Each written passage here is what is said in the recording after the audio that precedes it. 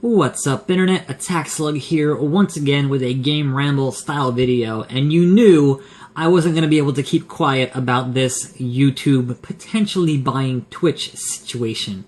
It is one of the biggest things going on in the past week. It is huge news if it comes true, and it certainly has the potential to fuck all kinds of things up, so of course I'm going to sit here and talk about it. Now, first and foremost, this is currently a rumor. Variety reported it yesterday, and then later on in the night, the Wall Street Journal had said, well, it's still in early talks and it, might not actually happen, etc., etc. Whereas Variety said, yeah, they're going to announce that shit this week and it's going down. So who knows what the actual problem is, but I wanted to outline the pros and cons of what a potential YouTube buying Twitch for $1 billion could be. Now, the list of pros is very short. If YouTube can give Twitch a better infrastructure and not mess with them at all, just give them better and more servers, that'd be great. Leave Twitch alone, have them do their own thing, and just give them better services, more money, that kind of stuff. That'd be great.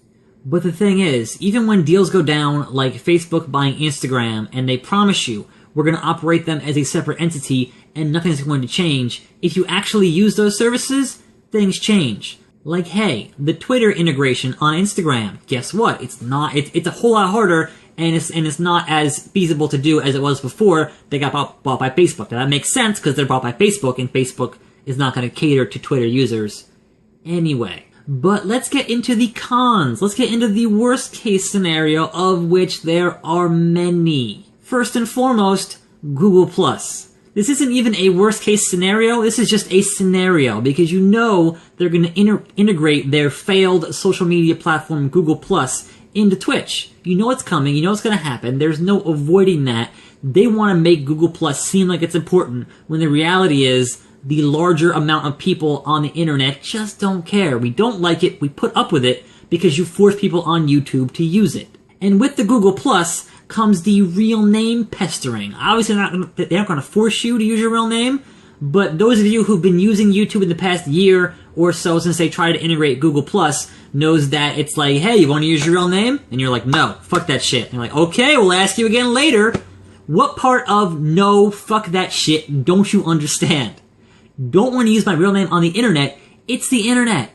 I've been on the internet since I was 16. That was a long time ago. That was 1996. I do not want my real name associated with what I post. Good or bad, doesn't matter. The anonymity is kind of half the point of the internet, so fuck you. Next up is the constant redesigns where they keep breaking things. Anyone who is a content producer on YouTube over the past couple of years has noticed things just get consistently worse as they try to add features, as they try to improve the experience. A lot of things they're breaking are things that don't need fixing. But, oh, we'll just do another site redesign, and things won't work for like a week, and the monetization will be broken, and things will stop tracking for a couple days, and all this other nonsense that anyone who puts up videos and tries to make a little spare change off of YouTube deals with. It is not something that the end user might experience outside of the site-wide redesigns, but as content producers, anyone who streams on Twitch and is used to how Twitch works, they're probably going to start changing shit real quickly. Next up is region locking, and while I live in the US and certainly don't have the problem with that most of the time, I can certainly feel for all my friends who live worldwide who have your videos not available in this region because of whatever bullshit local laws. As of right now, that is not a problem on Twitch, but rest assured, if YouTube, and thereby Google, is taking over Twitch, you will certainly end up with bullshit region locking as it comes to videos that you want to stream. And then, lastly, the big elephant in the room, that is Content ID. This, in and of itself, has the ability to completely kill Twitch dead.